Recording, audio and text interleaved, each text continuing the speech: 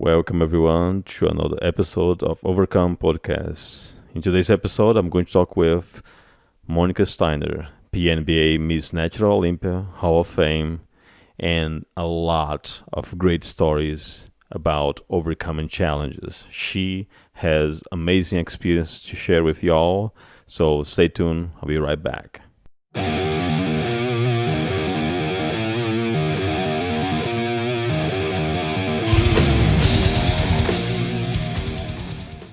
Monica Steiner, really good to have you here. Thank you very much for taking the time on your Sunday to be on the Overcome show. Yuri, it's wonderful to be here. Thank you so much for actually having me on and to get to talk to you, to get to know you better, and hopefully share a little bit about some of the struggles and challenges that I've had along the way. Yeah, because when I think about inviting you, I've seen many of your I follow you and we have a lot of friends in common. And suddenly I saw you on a boot. I was like, what? And what happened? And I saw you working out in a boot, and then I got to know that you had this surgery. So I'm going to start right away. I know it was a planned surgery. As you said, we were having this conversation before, and you said it was a planned surgery.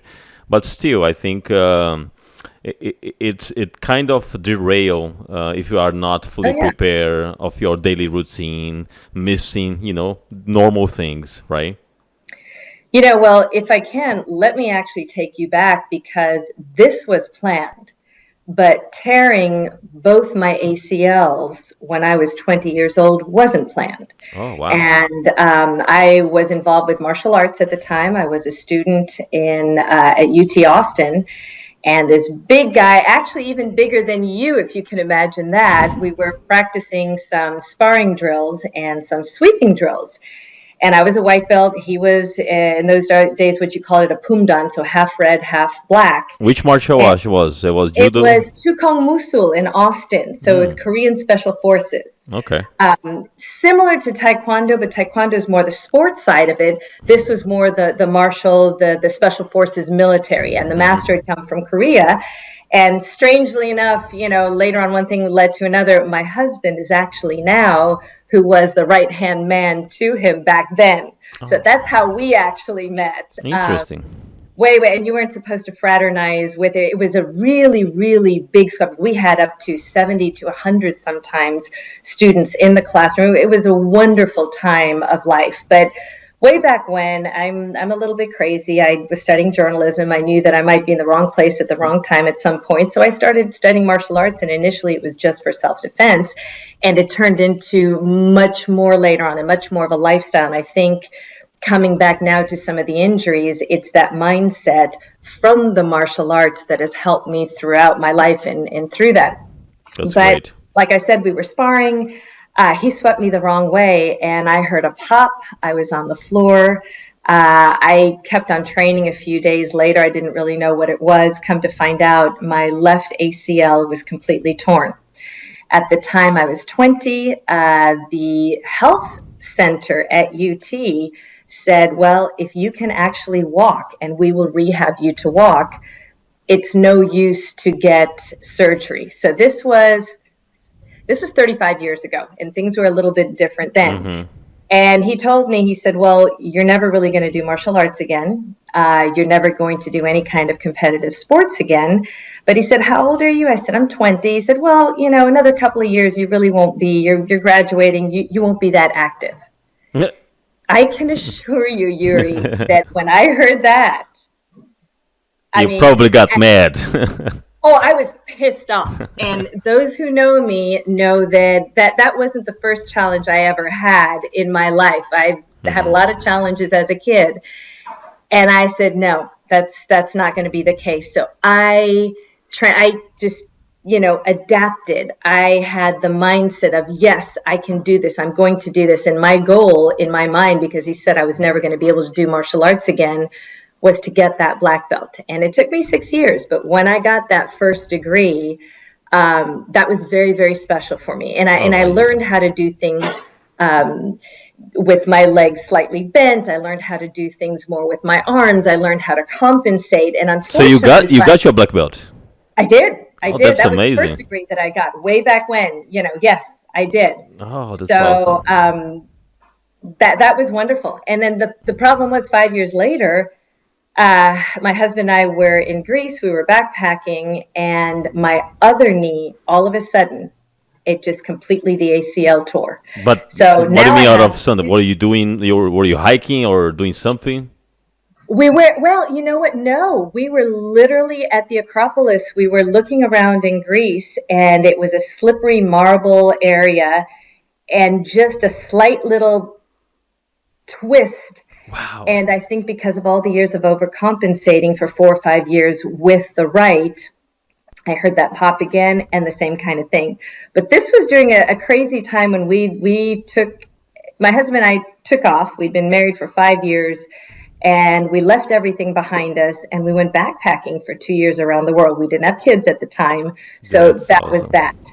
that. Fast forward about 28 years, my son is, so I did what I did, and I actually started competing 10 years ago with the ACLs torn, and I learned how to adapt. My sister's a ballet dancer, and she used to laugh at me because when I do ballet classes with her, or she'd ask me, I couldn't. My knee would just bend and twist all over the place. She said, now I know why you lift weights, because it's a very controlled Right. motion. Right. And so, like I said, fast forward all those years, my son is now 13 years old. He is playing academy soccer, and he's in the middle of a game, and he wanted to go twist one way. His ankle and foot and knee decided to stay put where they were. He completely blew out his knee. Oh God. So he had surgery, because this has been many, many years later. And at the time, it really was something just of the insurance. I think it was $12,000 was the deductible, which was crazy. But everything else for the family would be taken care of. Mm-hmm. And this was 7 years ago. And I said, finally, you know what? If I'm ever going to get my knees taken care of, now is probably the time. So I had both ACLs fixed 7 years ago. 4 weeks after, I actually competed after the left ACL. And that was crazy. Doctors thought I was really crazy. Unfortunately, when they did the right one, that never really quite fixed properly. Mm-hmm. Hence, we are today.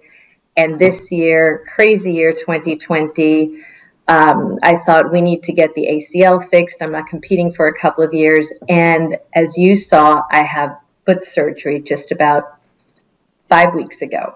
And that's crazy. And that's so you took all those years and to have surgery, and Yeah. it wasn't really bothering you have not having a proper knee for, I mean, even for bodybuilding. If you are Yeah. lifting, there are some exercise that probably limit your range of motion and things like that, right? Yeah, I mean, for many, many years, I really didn't have much for hamstrings. And it wasn't until a couple of coaches, maybe 3 or 4 years ago, that we started doing some different kind of exercises to all of a sudden bring out the hamstrings. And a lot of that came from the ACL, and came from the knee, and came from having to change and adapt certain things. But I really truly believe that there's so many people have a really bad injury, and they say, okay, the way I've been doing something is not the way I'm going to be able to do it anymore. And so they give up, and that's it. Said, well, if Yeah. I can't be the best, or if I can't do it this way, that's it. As opposed to really, what's the desire on the inside? And how can you adapt? It's all about adapt, right? Well, we have seen that not just in the physical side of it. You and I, and you're going to have to go through a lot of adaptations, I'm sure. I'm still praying and keeping my fingers crossed. It's not long now before you'll be able to start putting weight on your foot as well. But it's going to be a long road. I Yep. know my surgery on my foot right now. I've been in a boot for 6 weeks, and I've started walking and putting weight on my foot. But I know it's going to be a while just to be able to, for me, it was wearing the high heels, which I don't mind for work as much, but because I want to continue competing, I would literally put on the competition heels just before going out on stage. And in excruciating pain Oh and wow. take them off the minute I got back. But that's the desire, and that's Yep. wanting to do Yep. it. And I Yeah. think that's the mind over matter as well. Exactly. No, it's amazing that you were able to do all that under pain, under all sort of limitation, but you have a goal and you wanted to accomplish that goal. And I think the ultimate goal was the Miss Natural Olympia, which came in 2017, which is a outstanding accomplishment and Hall of Fame. How cool is that?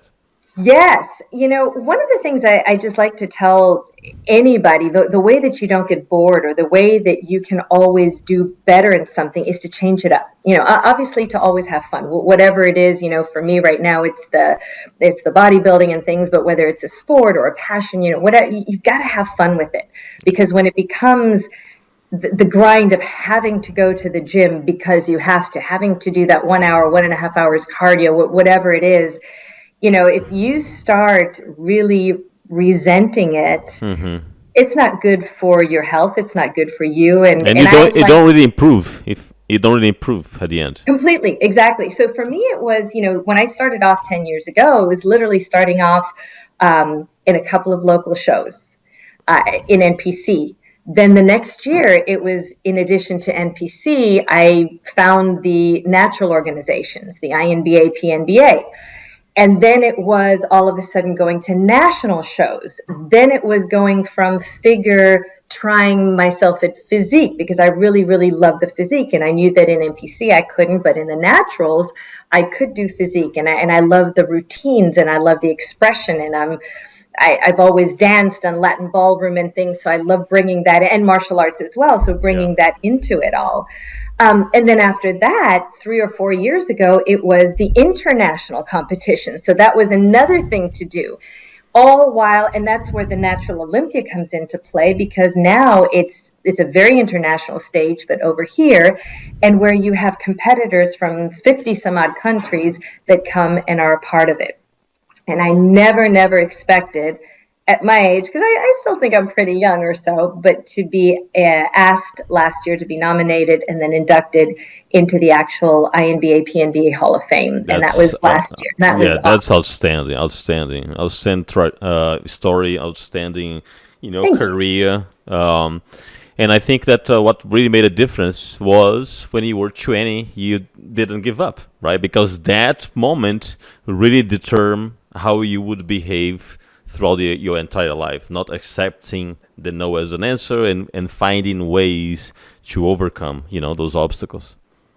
Where the mind leads, the body will follow. True. I truly believe that. And Yeah. so much of it is mental, and so much of it is creating your reality. And I'm not talking about a false reality. I'm just talking about envisioning something and being realistic about it, in the sense that if you have to make adaptations, if you have to change the way you've been doing it, do it, but find that way. It's not always over, under, or around. There are other ways that you can go as well. Yep. So I think those are extremely important things to do, and and keeping positive and maintaining. I mean, my goodness, this year 2020, we've really had to, it's really tested all of us, I think, on our resiliency in all aspects of life.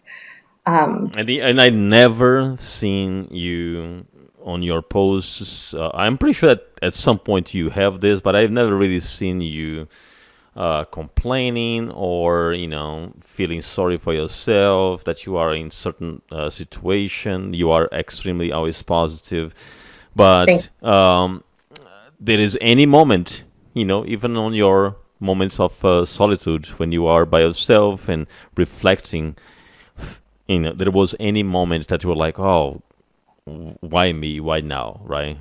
Because honestly, I had those moments.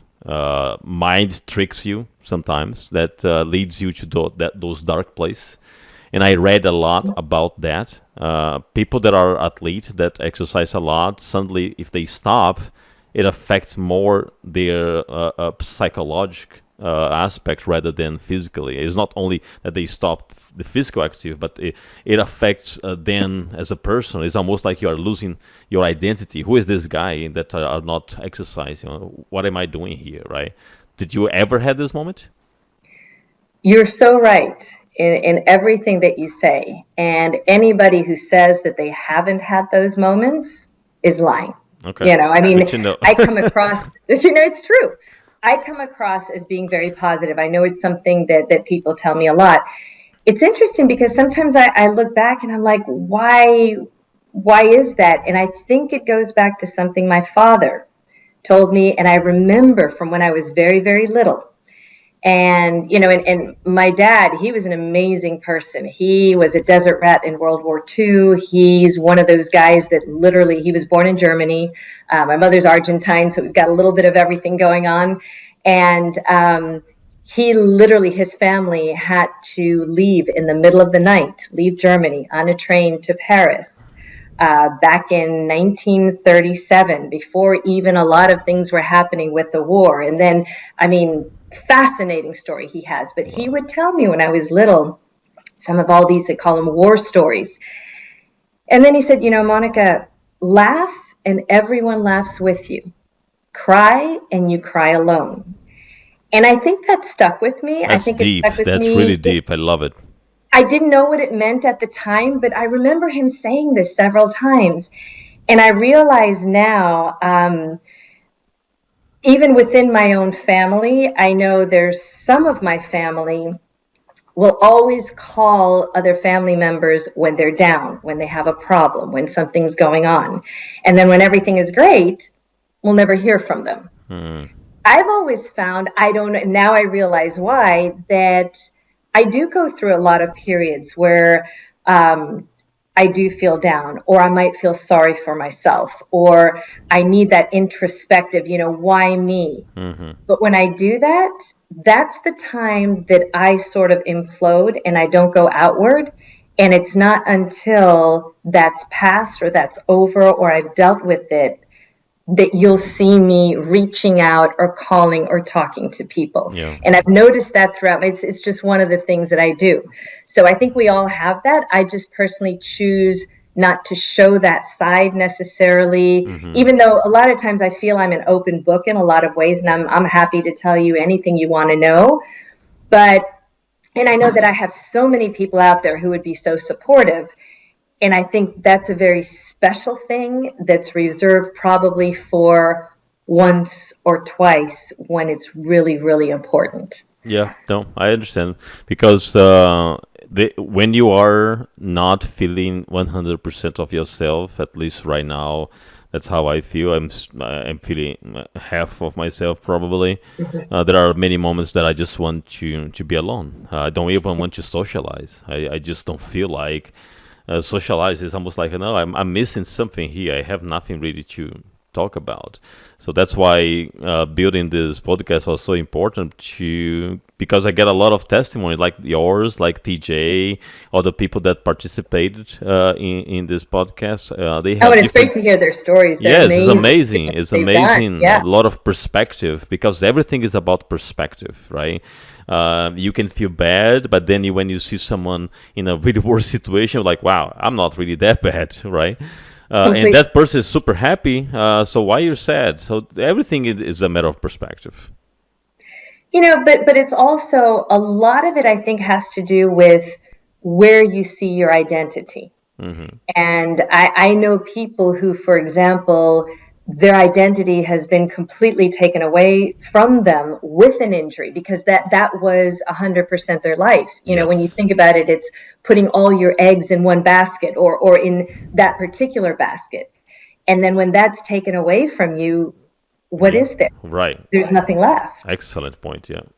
And it takes a while to figure out what else there is. So, and in that sense, one thing that I like to think, I truly believe in living every stage of your life to the fullest. So I'm 55 now, and I look forward to 56 and 60 and what may come later on. And of course, I don't want to be told, oh yeah, you look good for your age. I want to be told I look good or I can do certain things that I can do. Having said that, I'm proud of where I am, and I don't want to go back. I'm Yeah. looking forward to the records that I can smash, or the misconceptions or things that I can break moving forward, Mm-hmm. while keeping truly aware of the limitations that I have, Yeah. to a certain extent.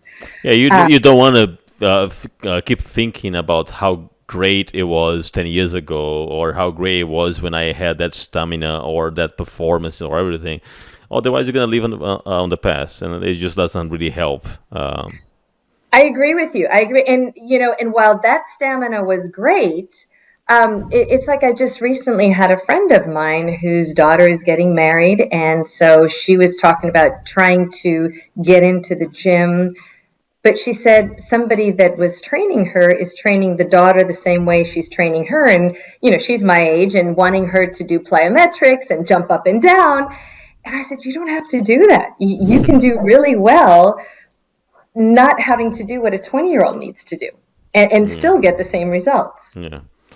Yeah, it is. It is fascinating if you start to think about the things that you can still accomplish rather than the things that you cannot do. Because while it's beautiful to say age is just a number, in reality, age comes with some limitations. That's natural, That's absolutely natural. You're not going to be able to do some stuff that you were be able to do when you were 20. The recovery time takes more time.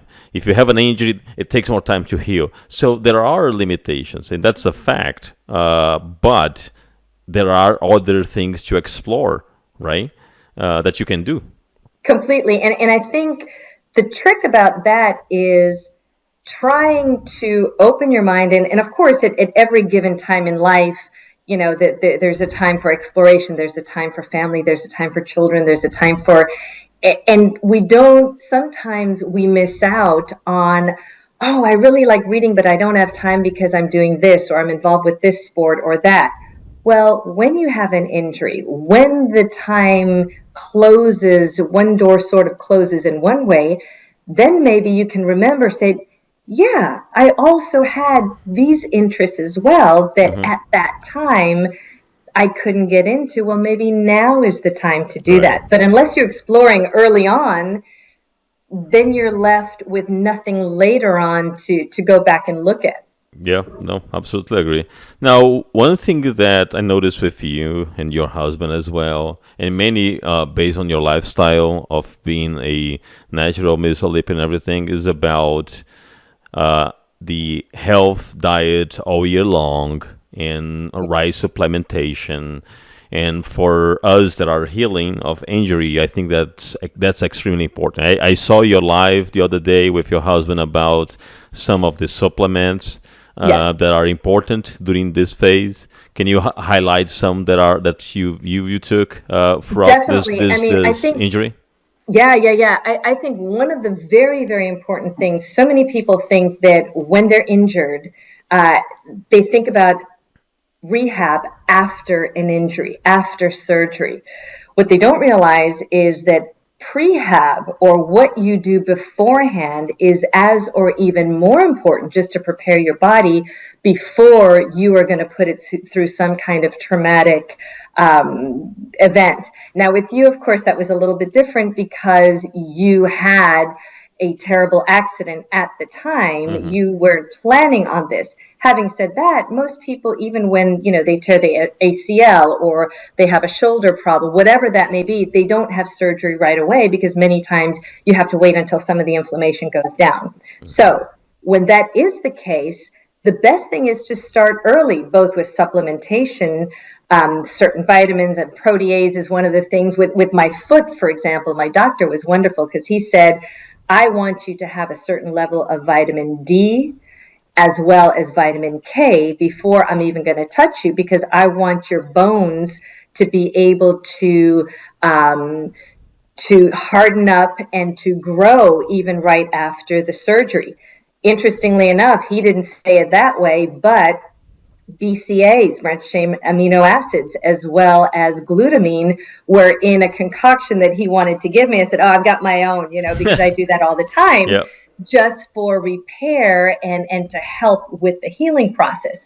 These are all things that are so important to start taking well before you're going to have any kind of surgery.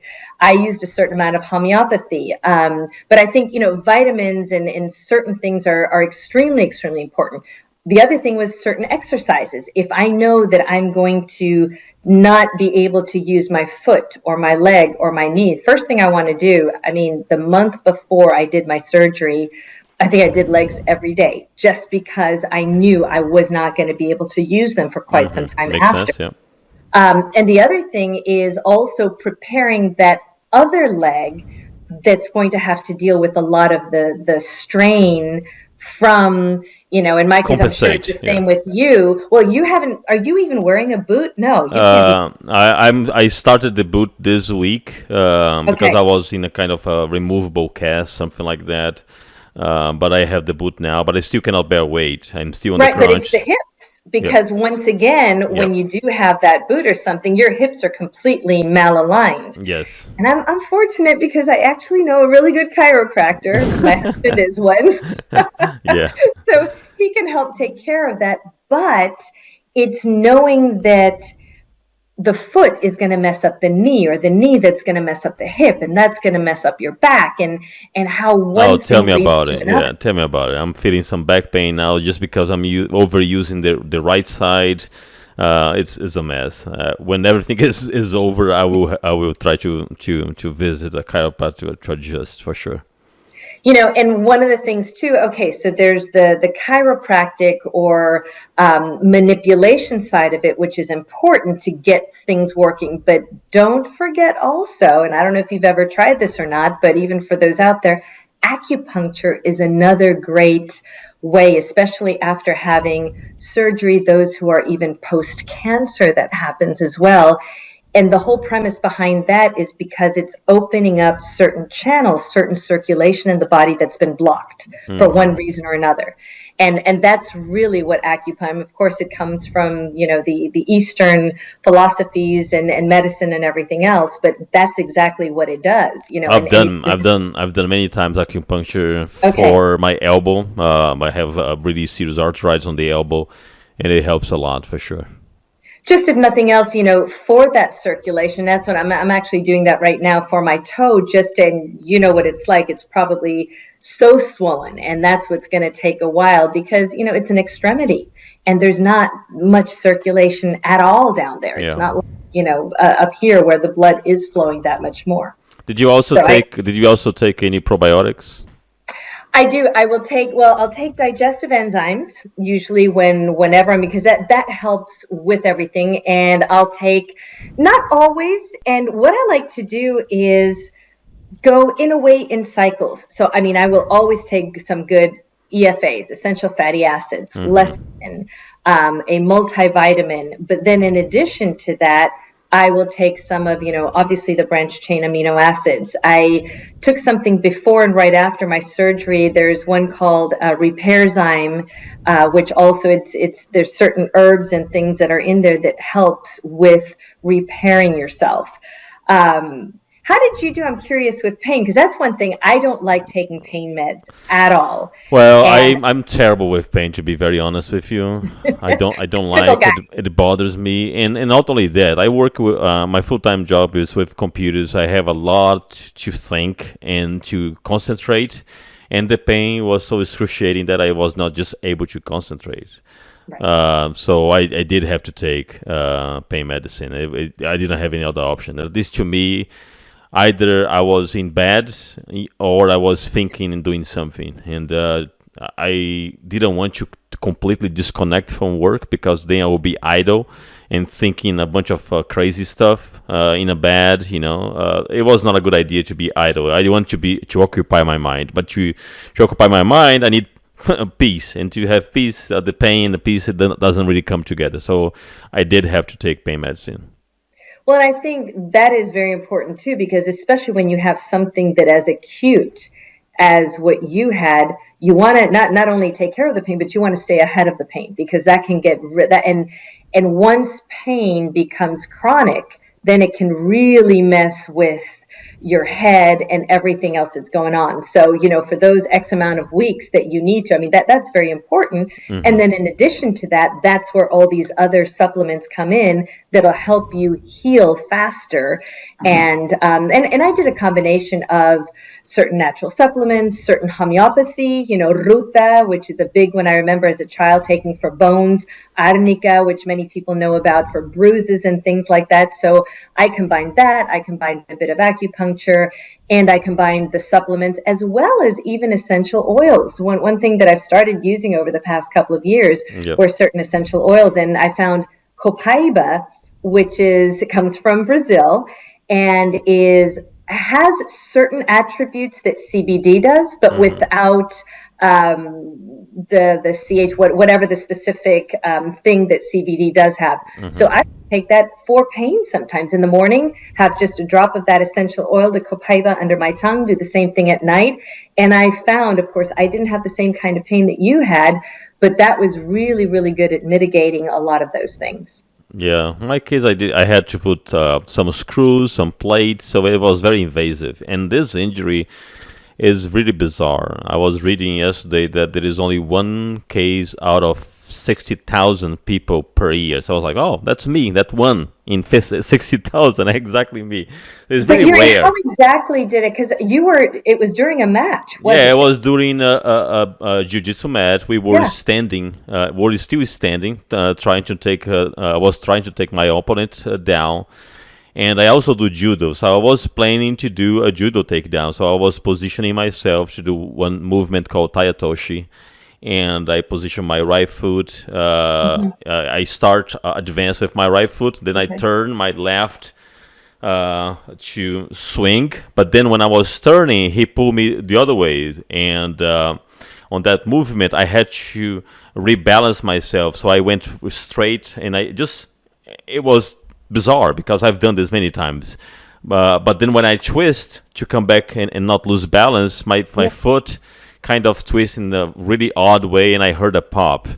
And I was like, wow, I never heard this pop before. And when I tried to step again, it was already loose. And then I just collapsed because something is wrong here. And I collapse and I scream because the scream is a way for the referee to stop.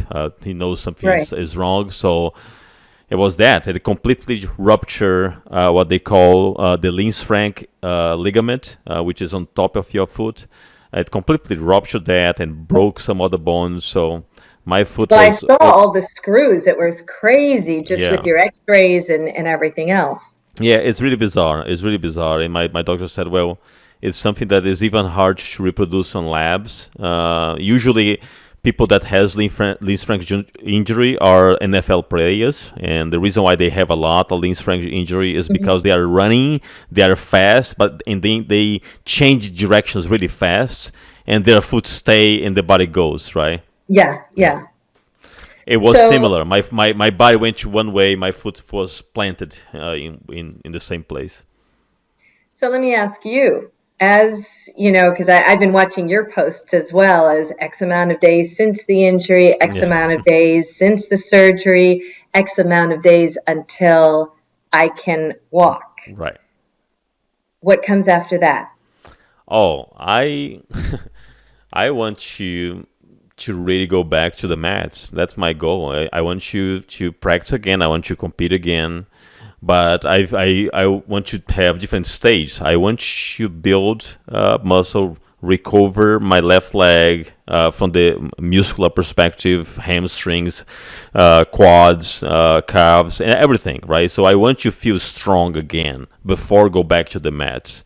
So my next step is after I start walking, I want to exercise doing leg extensions, line curls, because those things I can do, it will not affect the foot itself because, those are exercises that I can do without affecting the foot. So once I start building strength again and I start feeling more confident, then I will go back to the mats. But my doctor, he told me that probably for contact sports like judo or jiu-jitsu, I should wait until April to be more realistic. So I'm fine as long as I take, for example, December to April to work out and lift and recover my cardio. my physical condition, because I just want to feel good again, right? Of course, I miss the mats, but deeply inside, I grew up on the bodybuilding, so I'm bodybuilding first. So I want to at least be able to lift again and feel good again. If I do that, then martial arts will be a consequence. I know I'll get there for sure. I know also that I'm gonna have some hesitations, right? Because when I go to another match, I'll be more hesitant to do some movements. But then it comes the adaptation that you said. We need to adapt, find movements that are more leaning towards what we can do without leveraging that foot. I'm even thinking about changing instance because I'm right instance. So my left leg is my support leg. Everything that I do as far as throwing, my left leg right now is my support leg. And I'm not going to be feeling super confident with my left. So I'm probably going to change to a left instance. So my right leg will be my base leg. And you'll see how you'll be able to do. I mean, from the martial arts perspective, I know that when I injured my left initially, that's exactly what it was. You find ways slowly and find ways to circumvent certain things. Another question that I have for you actually is because I know that, is it at least one of your daughters, if not both, do martial arts as well? One, the youngest one. She does both judo and jiu-jitsu. Yeah.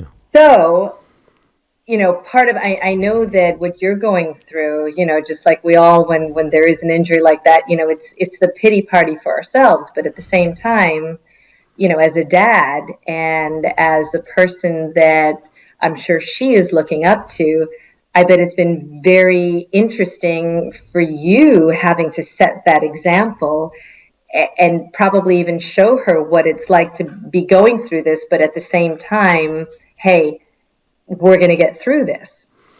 Yeah. Does she have any concerns, or is she worried herself? She is concerned about me going back to competition. I said, "Oh, next year I'm going to compete again." And she was like, "No, we have to wait more." I said, "I don't think I have to wait more. As long as I feel good, I want to go back, even if it is 1 year from now in November next year. But I want to 2021 go back to compete again." And she just said, "Yeah, but be careful." And I said, "Well, always." And this was not a matter of being careful. That's the odd part, right? Was just something very bizarre. It is something that I couldn't predict. I did nothing wrong. My opponent did nothing wrong. It was just a bizarre.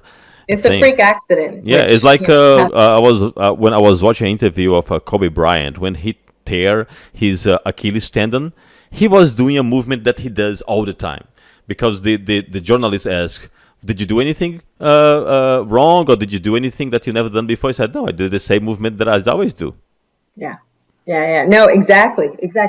But you never. It's a lot of times it's with those little things are the ones that get or induce some of those big accidents that will happen. Yeah, this one that you had in Greece, that was a freaking accident. That was it was literally, no idea why it happened or how it happened. It wasn't induced by anything. Obviously the initial one was, but everything else wasn't. So, and now with, did you fall? Did you fall immediately, or you just heard a pop?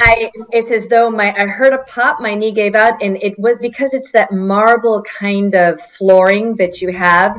And I was probably wearing some like sandals or shoes that were very slippery. Mm-hmm. And so the bottom half of my foot, my calf went one way and my knee went the other, and it went that click pop, and that was that. And I had to wrap it, and I could barely walk for several days. And I never got it checked or did anything until much later on. But then they told me, yeah, but both your ACLs are 90% torn, each one. But did you continue the trip?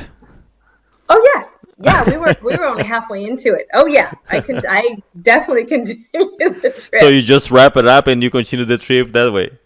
Yeah, and that was even before we made it to India, Nepal, and doing hiking in places like that. That was only probably, we'd been 6 months through Central and South America, and then we had been through most of Europe, and we're actually heading into India after Greece. That's amazing. So it was probably a year into over 2 year trip. That's so cool. That's awesome.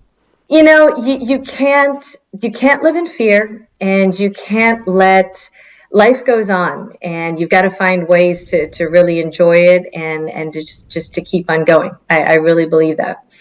Yeah, no, Huge absolutely, thing there. and very applicable to nowadays with this whole COVID stuff. The fact that you cannot live in fear is very important. A lot of people are living fear. I think that is, and especially, who that's affecting mostly is our youngest population, or our teen population, and our eldest population. I see it. My mother is 87 years old right now, and she's in a independent senior living. But just some of the fear, if one person gets it, they shut everything down for 2 weeks. And they, at first they were telling her if she came for a couple of hours to visit us for Thanksgiving, she's 20 minutes away, that she would have to be tested and stay in quarantine for 2 weeks. That's no way to treat our elders. Yeah. It's absolutely. And then on the other hand, you have young kids. I've got 4 children, and right now they're between the ages of 17 and 25. And one of my daughters just graduated from college last year, and she's like, "Mom, I feel like this is my time, and I feel like it's been taken away from me. Yeah, I absolutely. can't meet anyone. I can't go out. I can't do anything." Yeah. And then my youngest, who is a senior in high school, and she is going in person to school, but she already says, so many of her friends who aren't going, and they don't want to go back in person because now they've gotten used to doing everything from, in their pajamas from their bed. What are we teaching them? What's there are going to be a lot of issues, I think, later on because of all of it. Absolutely. And talking about how we're living, I noticed that your husband just went to compete on the natural show. It was in Las Vegas, right?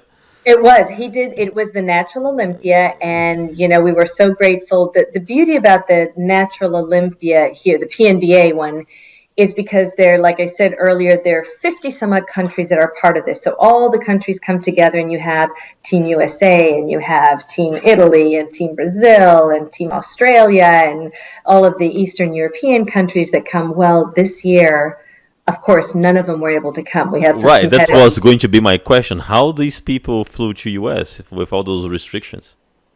It's usually about a 500-person show, and this year it was about 150, and it was just USA, with some from Mexico and some from Canada, and I think there were 1 or 2 other countries just because they lived over here and they were representing that country. Wow. But that was so sad. Having said that, huge kudos to the Keiko's family who put it on, just to be able to put it on to allow those athletes who have been training all year long, who have found a show to qualify, to be able to come and go ahead and compete. Yeah, absolutely. And did you know that the Mr. Olympia, Joe Wader, Mr. Olympia, just moved from Vegas to Orlando?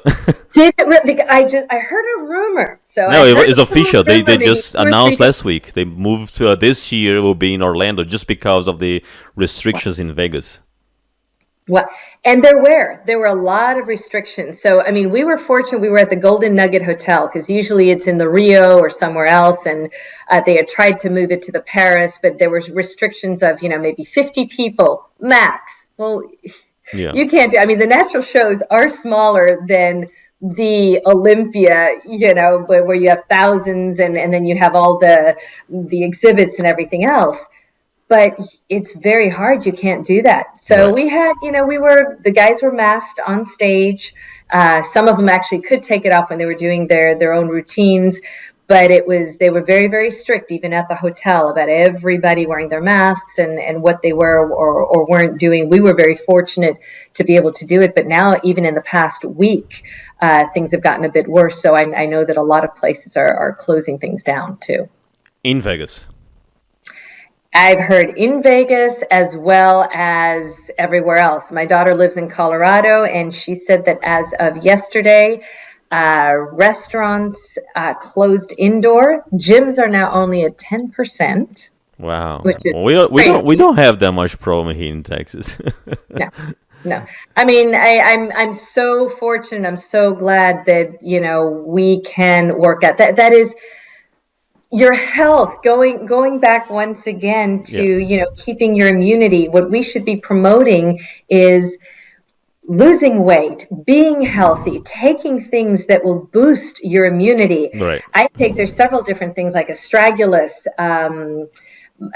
What else do I do? Triple mushroom is another one. These are some things that my husband, through studying herbs and whatever, he said, I want you to take this because these are some natural remedies that will help with immunity, even specifically related to COVID and infectious kind of. Did your husband had to close his clinic at any point in time, or? Thank goodness, no. He is considered essential. However, his clinic was down by 60%. And that's not good for anyone. Yeah. So it was very dicey. I mean, we were very fortunate. Of course, they're taking extreme precautions in, with the masks, with disinfecting things, with allowing people to come or calling, and just with all the appointments and everything else. But when you say 60%, that was right in the peak, right? I'm assuming that right now is better. In March, he was able to stay open, but really March through probably July, August, he was 60% down in business from what he would normally do. Hopefully, he is picking up now, right? Yeah, he's doing things are doing much better now. So thank you. And he was also very fortunate. I think, we live in Allen over here, and Allen was really trying to take care of their people with certain loans just to make sure that small businesses and those that are working would be able to help with their employees and things like that. So we were very, very fortunate in that sense, and I can't say the same for so many people that I know in so many small businesses around here. And I'm sure that as well. Oh, yeah, absolutely. Well, Monica, I could talk with you for hours. I do. And before finishing, I do want to say one thing. Yuri, when you can get back on your feet, there's one thing. You may have done this before. I don't know. Okay. But for mindset, if there's ever an opportunity that you get here in the area where you are, you need to go fire walking, my friend. And fire walking, walking over hot coals for this. Oh, that's interesting. I never thought about that. Now with some hardware in my foot might be interesting. Hey, well, exactly. That is one thing that will, from the mental point of view and from eliminating limiting beliefs and from surpassing, and I've been doing that for many, many, many years. And I really think that when it comes to overcoming challenges, that's a key thing. And it's not about walking on hot coals just because, but the premise behind it is if you do something that to many you think is impossible, but you do it, what else in your life can you do? Yeah. Relationship, work, sport, career, anything that you thought was impossible but is not. Yeah. So these are some things, and when you get better, my friend, when you can finally put a little bit of weight on that foot when the time comes, and I have a close friend here who does it, and if he puts anything on, I will definitely invite you to come and do it. Well, let's make it happen when I'm back on my feet, literally, and sounds feeling good. We will do that for sure. Monica, it was a pleasure talking to you. So much knowledge, so much wise words to share. Thank you very much. I really appreciate your time and your openness, transparency with everything. Thank you very much. Pleasure. So nice to be here with you, Yuri. And get well soon, my friend. Thank you very much. Take care. See you next time.